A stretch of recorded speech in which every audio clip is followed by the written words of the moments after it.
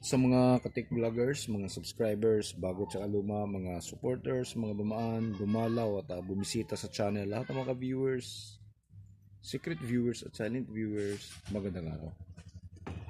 So dito puro ano tayo ngayon, dito gawa natin puro inverter welding machine.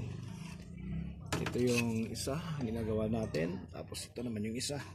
So inuuna lang natin to dahil ano lang yung problema nito, minor lang yung problema. Yung kanyang arc force control ay ayaw na gumana. So sira niyan, ito lang nakalagay dito sa gitna. Switch. Yan. Kapag nasira yan, di na talaga gagana to. Okay? Yan siya. So ito lang yung sira nito. Tingnan niyo naman kung gaano kasolid yung ano nito.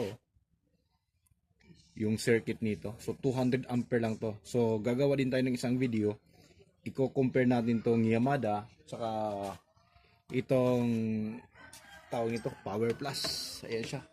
Itong Power Plus. Itong Power Plus na to ay 300 ampere at 200 ampere naman yung ano natin Yamada.